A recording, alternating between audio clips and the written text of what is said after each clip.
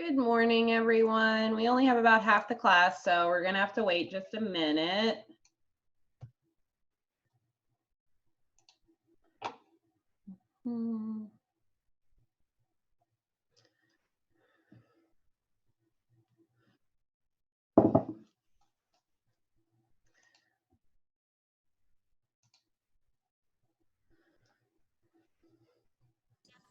Dr. Hill, Yes. did you get some of our policy briefs done? Like 4. Was mine one of those 4? No. Yeah. It's not.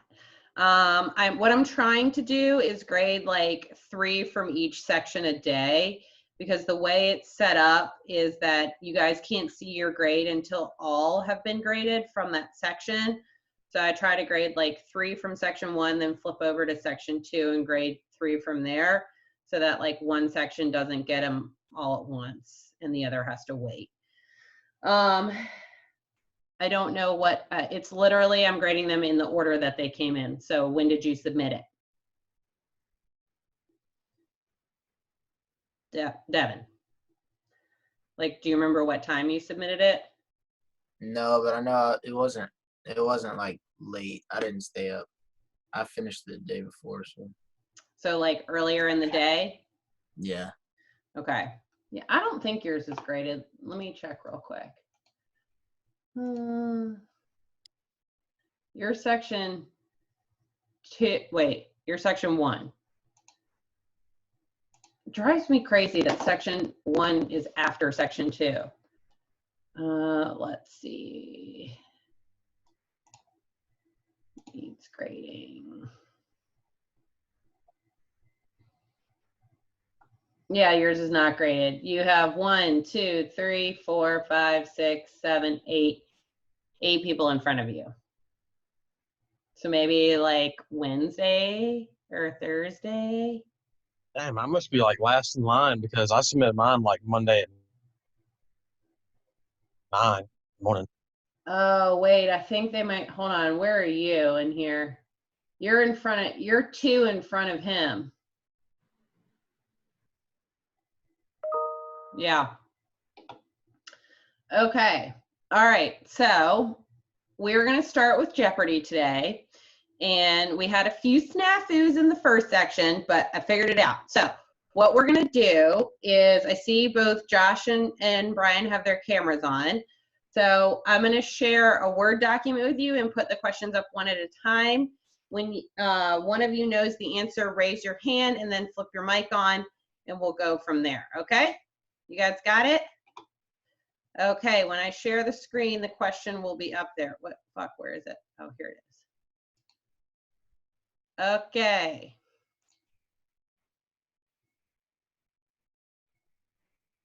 Is it substance abuse Yes, issue? you're supposed to raise your hand first, but that's okay. It's all good. I didn't know it. Huh?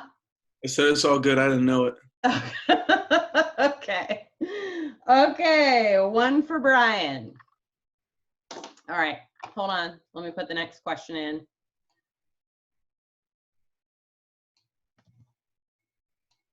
So we're raising our hand. Yeah, first. And I can see you two right there, so we're good. Okay. Josh. True. Very good. Okay, moving right along.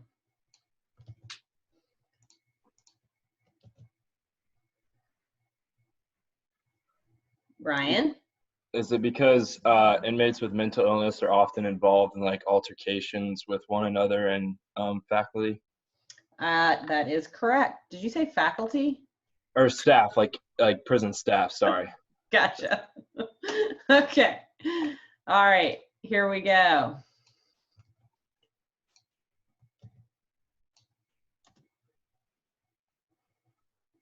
Brian? True. Very good. All right, I think we know what the next question is gonna be.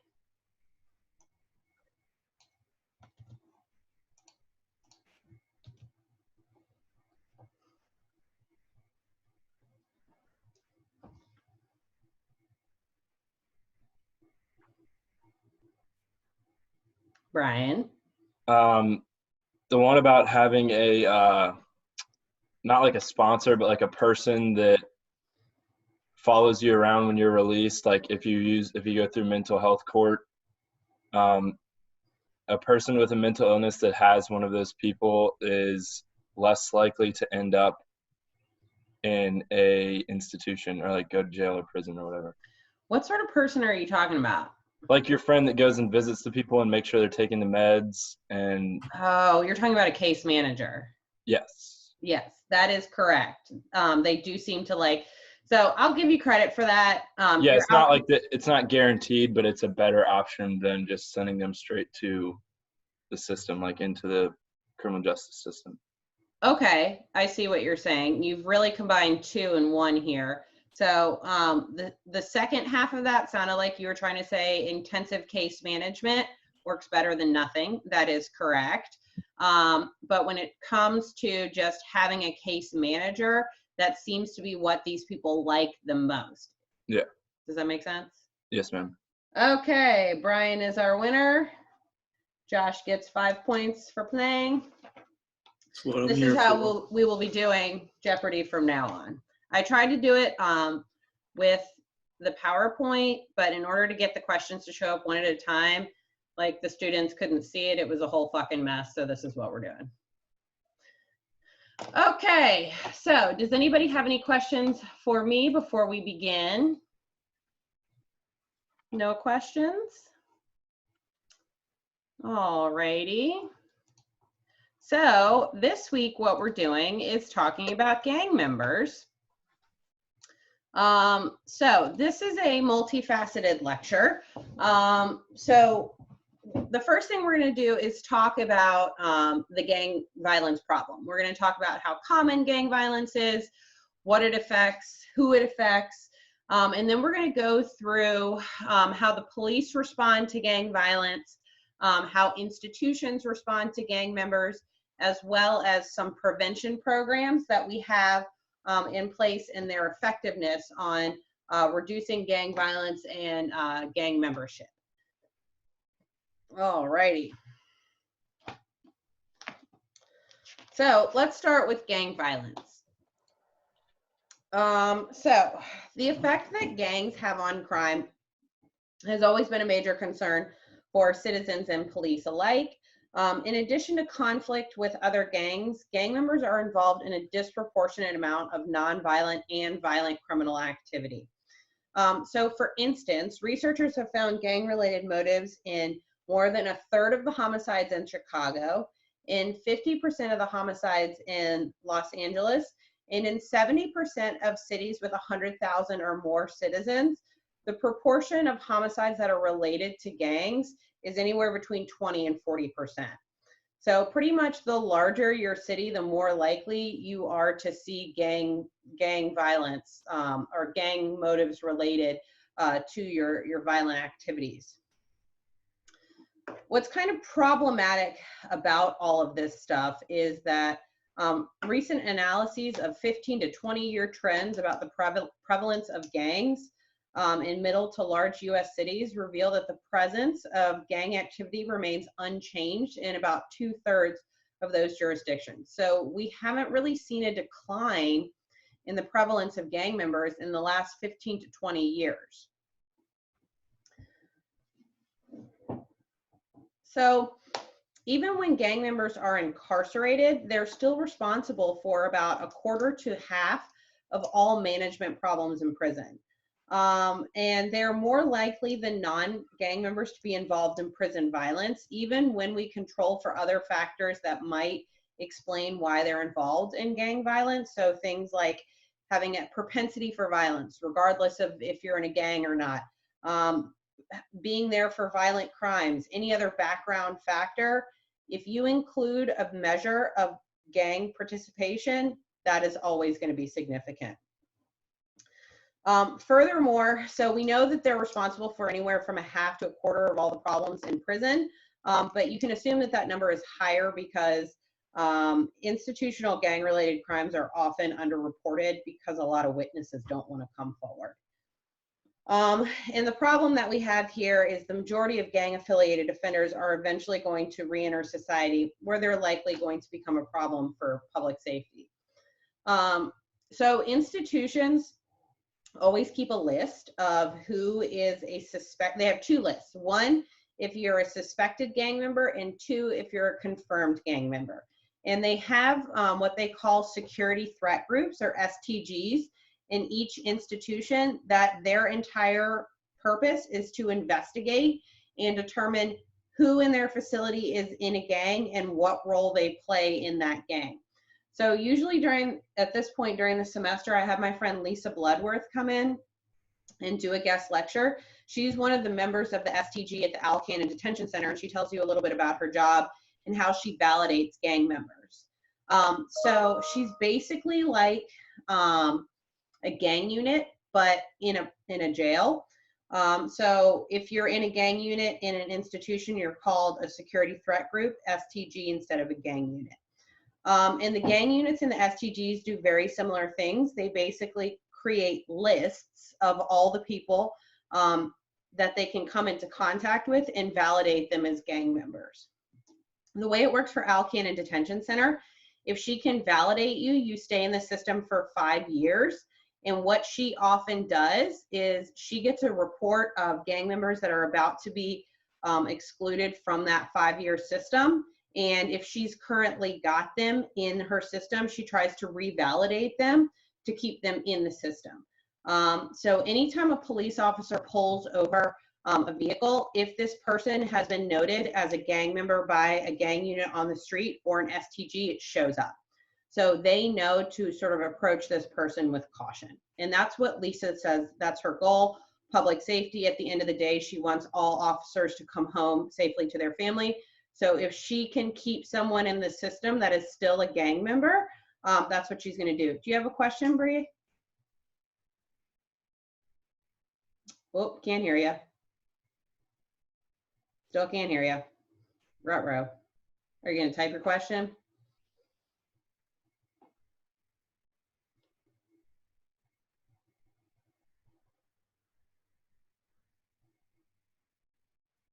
Oh, let's see. Chat. Oh, STG. It's Security Threat Group. Got it? Okay. All right. So they're called gang units in the streets and STGs, or security threat groups, in an institution. Okay. Now let's start talking about how these gang units work. So since the 1980s, more than 360 gang units began operating nationwide to respond to the perceived and actual threat that are caused by gangs. So the three main tactics they use, well, there are four, but the main ones that are their official tactics are intelligence gathering, crime investigation, suppression, and then the lock 'em up approach is their unofficial key tactic. So let's start with intelligence gathering. So intelligence gathering is creating these lists, like I was just talking about. So this refers to the ability of a gang unit to identify who is in which gang and what role they play in that specific gang. One of the ways that they often do this is by investigating these people's tattoos. So most of the time, gang members will get tattoos that identify what member or what gang they're a member of, and sometimes the tattoo can even tell you what role they play in a gang. So for instance, the Latin Kings, they always have like a 3-pointed crown or something.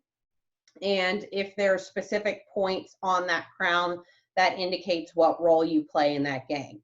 So a lot of the times these gang units, and Lisa does the same thing, is they investigate the tattoos that these people have to determine what gang they play a role in and you know who they are. The other thing that they do a lot is look on Facebook. So for some reason, gang members love to brag on Facebook. So Lisa has a fake Facebook profile. She has a friend who lives out in California who is like an Instagram model and is absolutely beautiful. And every once in a while, she'll just like send Lisa like outtakes from a photo shoot, and Lisa will just like post these pictures, and she friends all of these gang members, and they all accept her friendship because her friend is gorgeous. And she's able to see a lot of their profiles, and she will use that information to validate a gang member. So this intelligence gathering and creating these lists helps them with crime investigation, because if you know the dynamics of the street gangs and who plays what role, when you have a victim, when you can identify what gang they're a part of and what role they play, that narrows down your list of suspects, right? So if you've got a foot soldier from the Crips who's been murdered, you know it's most likely going to be a Blood, and probably a foot soldier from the Bloods that did this crime. So that will narrow down your suspects.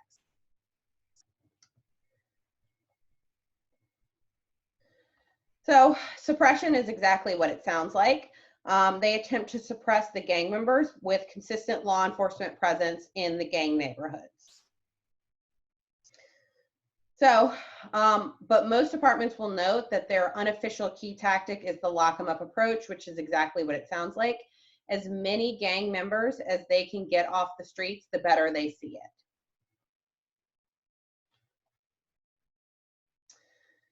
So you have to understand that there's always sort of racial undertones when it comes to policing gang members, because the majority of gang members are minorities. So about 47% of gangs are Latinos, about 31% are African American, and we have about 12% that are other. Who knows what that other minority is? Nobody? What other type of gang members are there? Is it Asian? Asian, whoever said Asian. Yes, that is correct.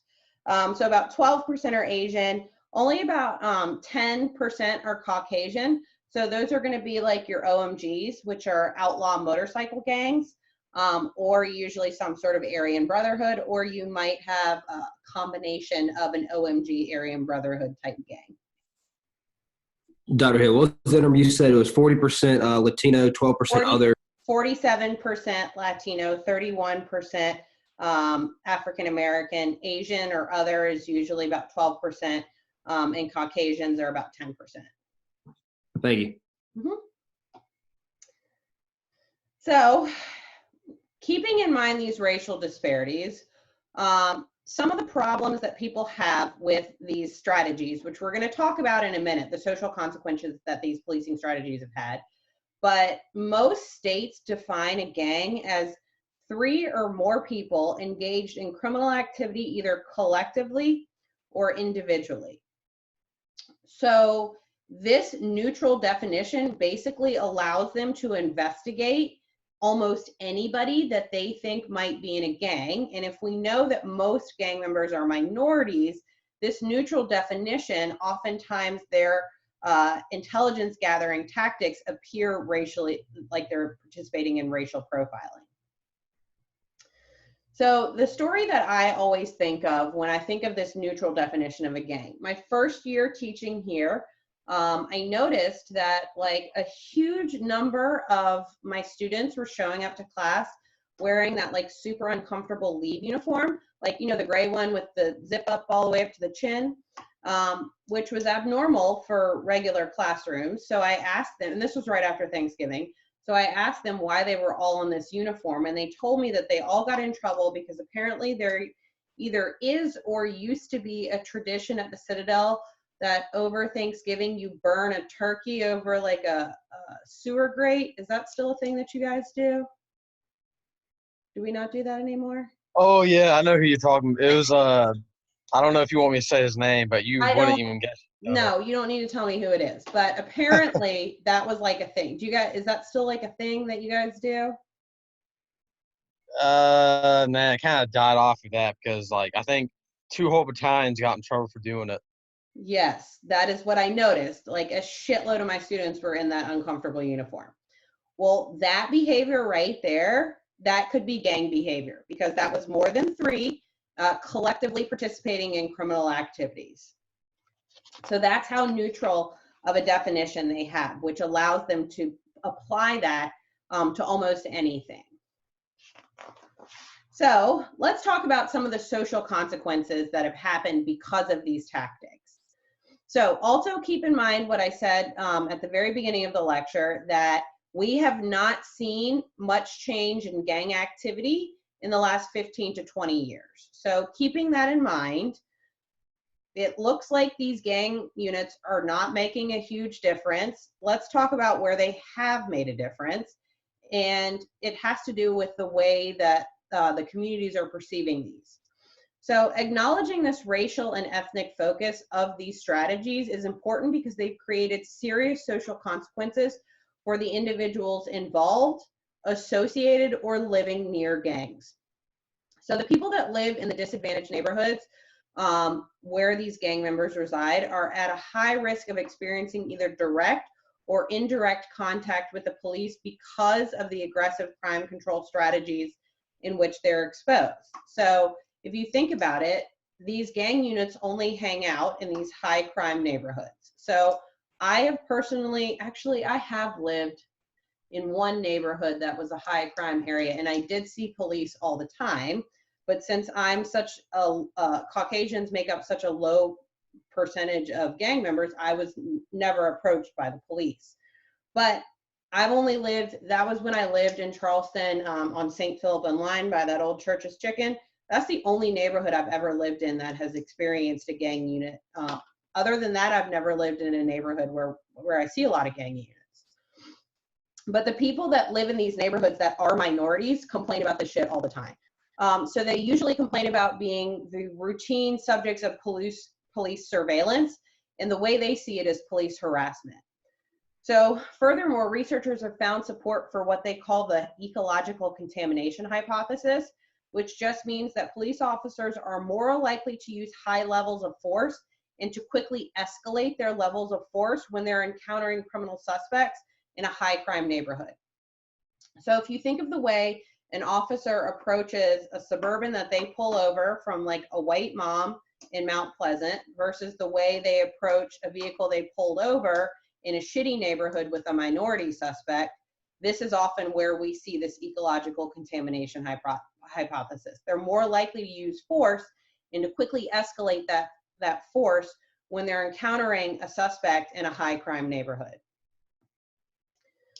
So as a result of these tactics, what we see is that the police officers have created a large division between the police and the community in these areas in which the gangs reside.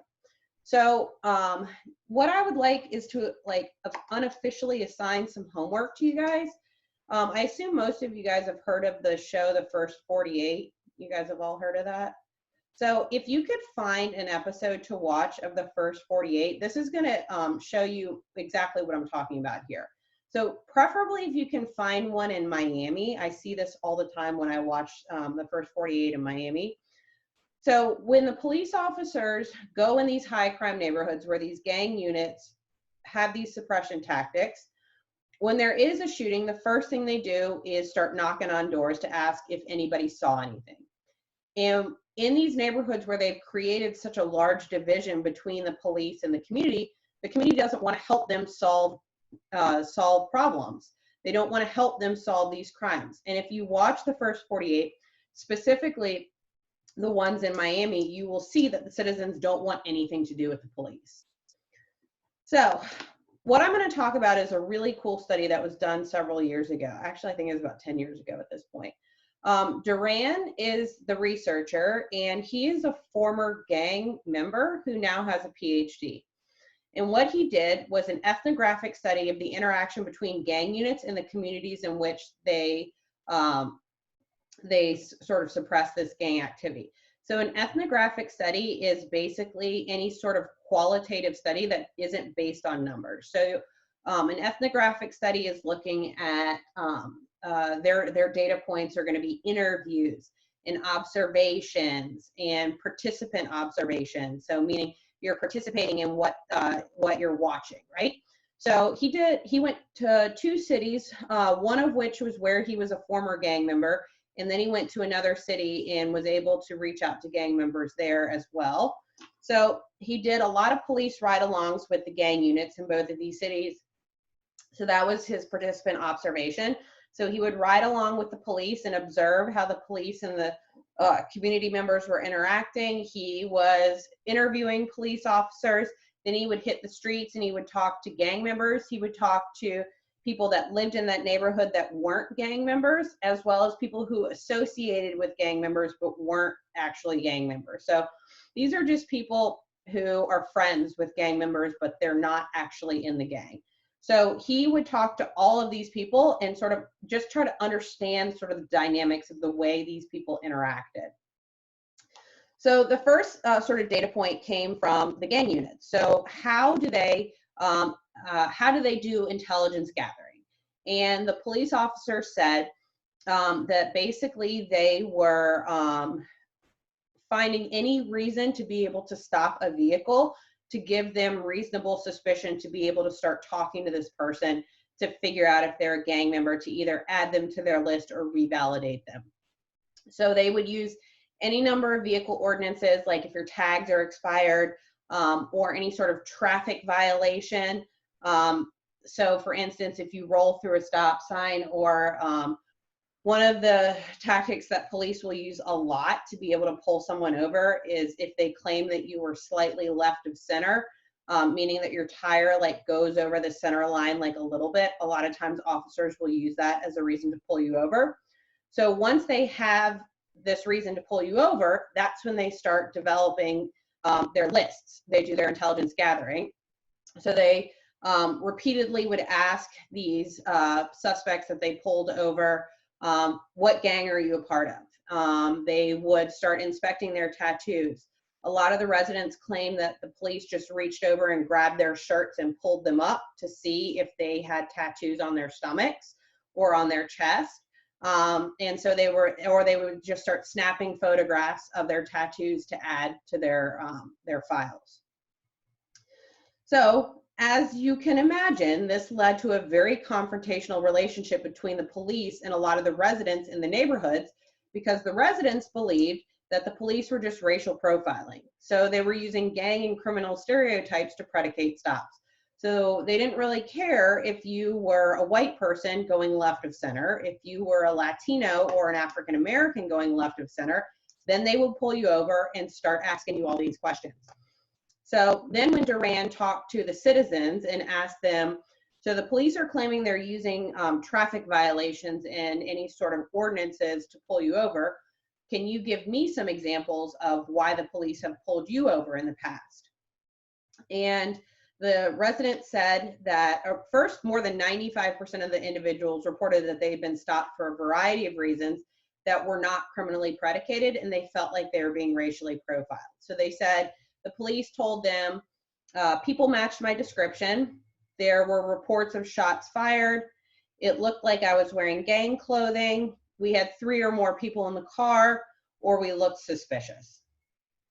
So we all know that there are 3 sides to every story: one person's side, another person's side, and the truth. So that's less important. The fact is that we are having differing opinions on why these people are being pulled over, and it's mainly because of this division that's being created. So this wide array of justifications was creating confusion on the parts of the residents about what not to do to get pulled over by the police, right? So they just said, we don't even know how to leave our house anymore without having a police officer stop us and ask us 1,000 questions. So what, oh, yep. What's up?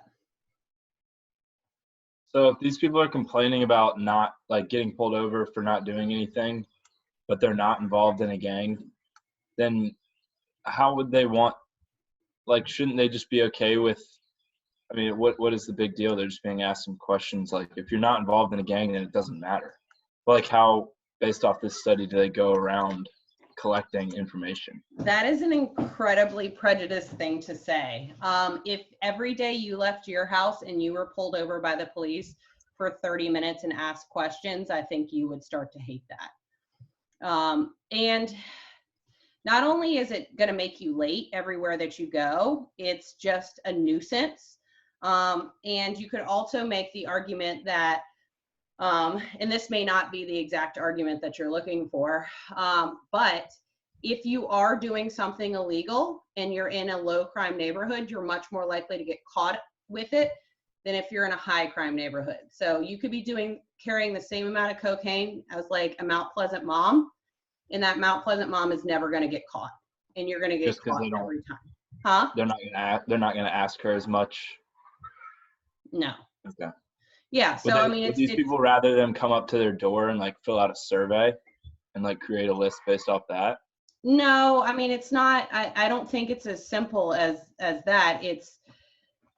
I'm not trying to say that they shouldn't do this at all. I'm just trying to say that this is the reality of their investigation. This is the reaction that the society is having to this right here. So in a minute, we're going to talk about potential solutions. Like I said, I'm not trying to say that gang units are racist. All I'm saying is that this is the response to the tactics that they have gotten. And you can clearly see a divide in the community. They don't want to have anything to do with the police because they fucking hate them, because they are constantly feeling like they're being harassed and racially profiled. Yeah. Does that make sense? Yeah. It just seems like it's difficult for the gang unit to try and help these people, like based off of their situation, which sucks. But at the end of the day, I feel like they're just trying to, trying to help these people that they're stopping commonly. They are. And just hold that question until the next slide. I'm going to talk about some potential solutions. But back to your original question, I think if you talk to any minority that lived in a high crime neighborhood, that question would not be well received. It's an incredibly prejudiced statement to make, and you're lucky that you get to make that statement. Okay. I didn't mean it like that. I just didn't know how to word the question. I mean, it's a legitimate question, but it shows that you've clearly not had this experience. No, I have not. Yeah. So it's a shitty experience for the people that get constantly harassed. I mean, like, 1 or 2 times may not be that big of a deal, but I mean, you can probably understand, even if you're like completely abiding by the law and you get pulled over by the police, like your heart races, like even if you have, it's still a scary experience. Like imagine experiencing that every day. Yeah. Seems like if they do that, they could create a list off of the people that aren't involved and then like run a tag and like not bother that person anymore. Like you could like monitor an entire neighborhood by doing it. Like, I don't know. I see what you're saying, but it's not that simple. So you like, especially for these guys that associate with gang members but aren't actually gang members, and you have a lot of wannabes too, right? So it's hard to figure out actually like create that data. Yeah, it's a lot harder than it looks. And then even when you talk to a full-blown gang member, like it's very rare that they're going to admit that they're a gang member. And this is why I'm so upset that Lisa can't come in and talk to you, because she can give you real life examples of like, yeah, I've seen this specific tattoo on a person, and these are the list of reasons that this person claims that this stands for something that I know it doesn't stand for. Yeah. So it's not as simple as especially for those ones that associate. Yeah.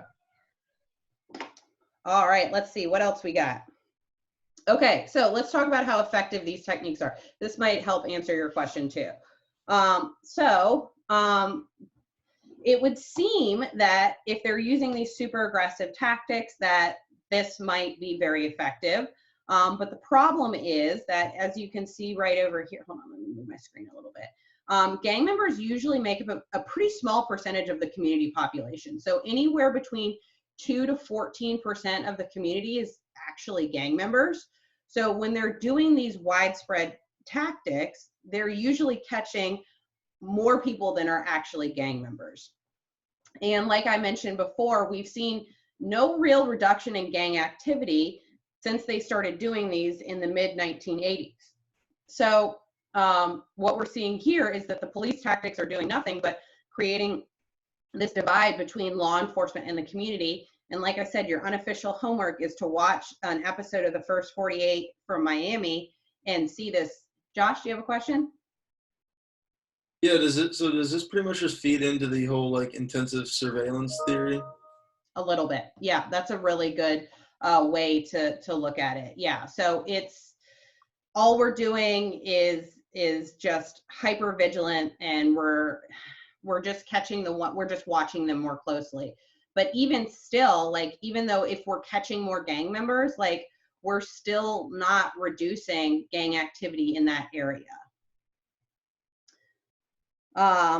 So all the final conclusion of the Duran study here was that the police tactics were creating this huge divide between law enforcement and the community, which makes it harder for them to do their job because the police rely on the community to tell them. So if there's a shooting, they need to do a canvass and knock on doors and say, who did you see run by? Did you see any cars? Did you see this? They rely on the community to help them with this.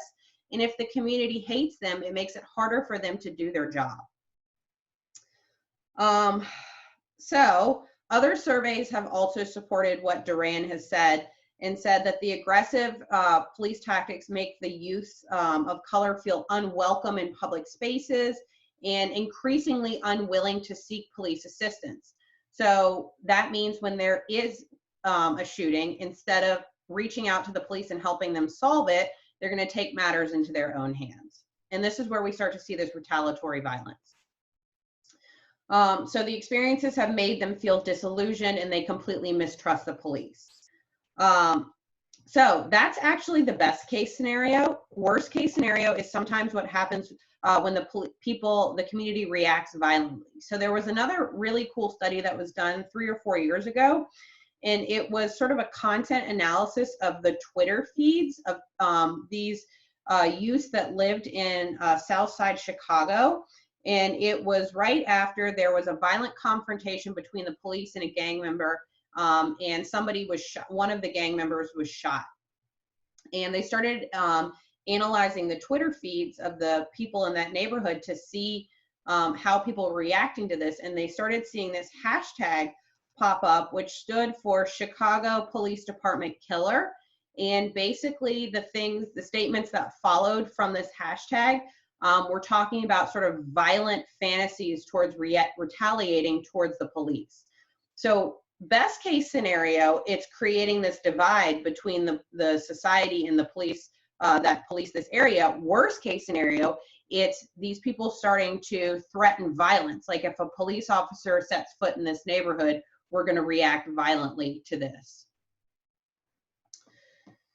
So again, I'm not trying to say that gang units are all racist and they use terrible techniques. I'm merely pointing out that these techniques often target people that are not gang members, which only sort of fosters this hatred of the police in these gang neighborhoods, which is a cycle, which makes them more likely to join a gang, which makes them not want to participate in helping the police. And it just sort of creates this cycle. So even though there is a cycle, like we can't just say no police presence in these neighborhoods. They have to do something. And at this moment, this is the best that they have. So again, I'm not saying let's do away with gang units. I'm saying that there are other things that we can add on to this gang unit to try to stop this divide. All right, so let's talk a little bit about potential solutions. We may not get all the way through this slide, but we'll see how far we can get.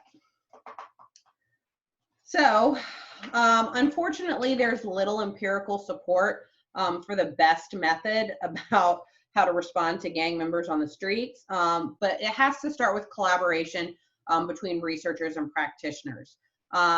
Historically, there's a bad history of academics and practitioners working together, and I totally get it. Researchers, we are annoying. We always want access to all the data, and a lot of the times we just report bad news. So we'll get a police department to give us data and then just tell them this program, and this program aren't having the intended effects that you thought, and just leave it at that. And that's not really the best way to do it. Usually what you want to do is work with the police department. If something isn't working, then you need to sort of do a pilot study to figure and talk to them to figure out, you know, what are ways that we can change this strategy instead of just throwing bad news in their laps and walking out, or worse yet, publishing the study without even telling them. So all of a sudden it hits the news that these tactics aren't working well. So there is a bad history of academics working with the police, and the police have also had problems doing their own research. They are not researchers. So as I'm sure a lot of you guys noticed when you were doing your policy briefs, there's a lot of shitty research out there. And so you need a trained researcher to be able to show you how to do this research properly. So oftentimes the police that aren't trained researchers use short-term data to unravel the nature of a very complex problem. And it results in suggesting like crackdowns, zero tolerance, aggressive surveillance techniques, which are usually very temporary fixes that result in these long-term social consequences that we just talked about. So this is why they need to partner with researchers. And we're starting to see that that is more common. What you often see a lot, especially for these police departments that have fairly large budgets, is they will hire a researcher that has a PhD that does this sort of stuff for a living to work specifically for them. So a lot of times they're called problem analysts, or if you see a job out there for a police analyst, that's usually what they're doing, is they work directly for the police department just doing research, and they do it properly. So let's talk about some of the ways that we can improve gang units with integrating a couple of solutions. So the first thing might to be try to integrate community policing tactics. So generally the gang units participate in behavior that is sort of the antithesis to community policing. So trying to use community policing tactics to sort of close that gap that has been created between the police departments and the communities that they serve. So one of the ways that the community police departments can help is to incorporate other agencies. So what they're saying here is to share the problem, that it shouldn't just be the police that are spreading the message that gang violence is not okay. So having schools, nonprofit organizations, religious organizations in that area, any sort of nonprofit that can sort of help these programs, having the police incorporate prevention programs, sort of share this problem that violence is not the answer. And towards the end of this lecture, we're going to talk about one prevention program in particular that the police are being involved in to try to sort of help this as well. So schools, community groups, neighborhood associations, help them, work with them to help them run prevention programs to help spread the message that violence isn't the answer. So it's not just the police that are saying this, that it's also coming from the community in which these people live. So if that works, then you can actually use techniques of natural surveillance, where if the police knock on your door, you're actually willing to respond and tell them if you saw something, right? So this only works if there's no division between law enforcement and the community.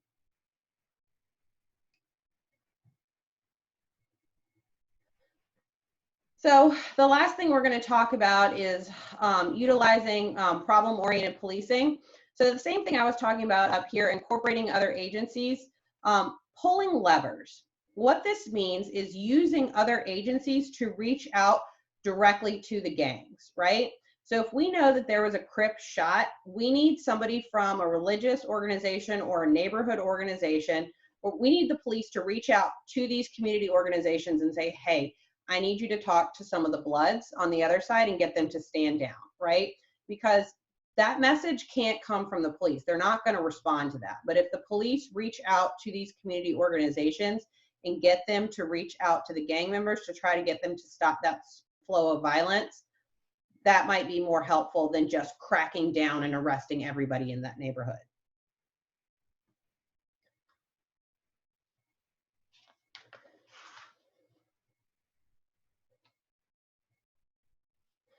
So the other thing is trying to focus on the violent and the chronic offenders and using strategic approaches for different gangs. I'm going to explain this with an example.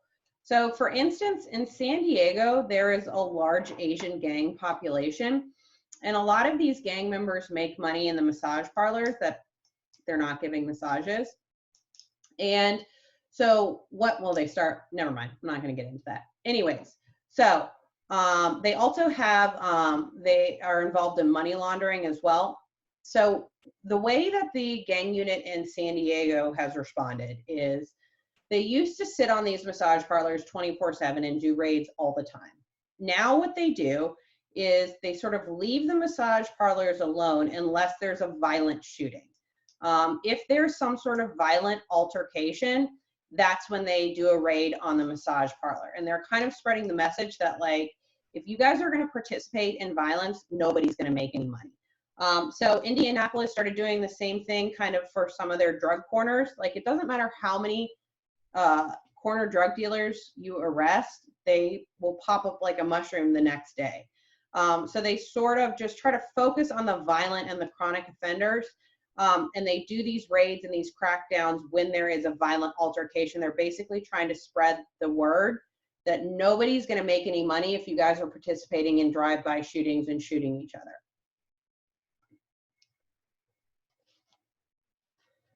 All right, so these are just some potential solutions. Again, there's not a whole lot of research out there. And this is not something that is going to change overnight. I mean, these gangs have been established for 40-something years. The best that we can try to do right now, like, we know that with 30 years of data, super aggressive police gang unit suppression tactics is not working.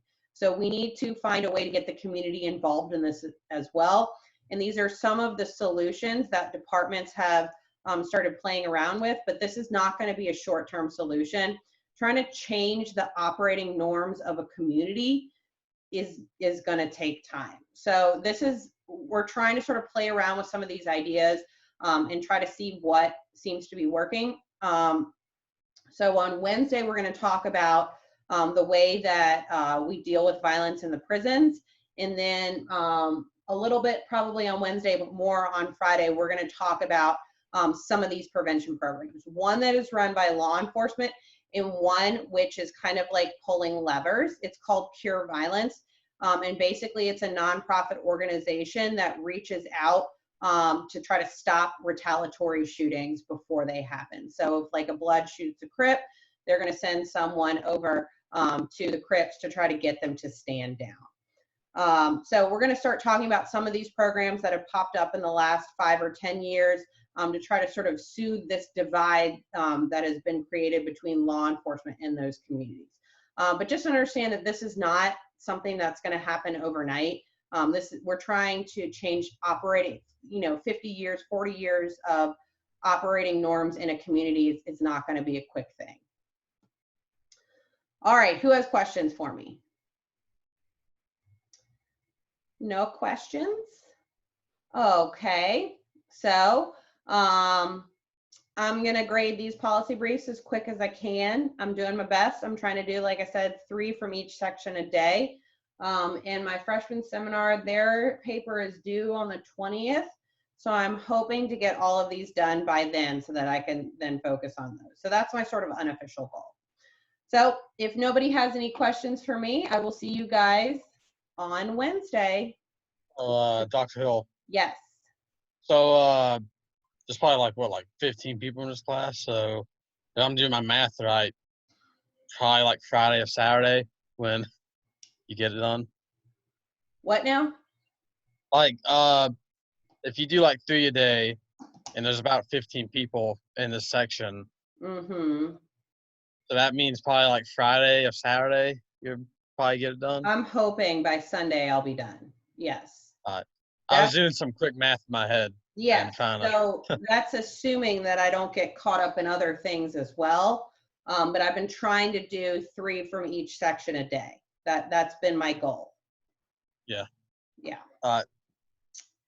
So I'm hoping Sunday night, but it may not be until next week. All right. Thanks. Okay. See you guys later.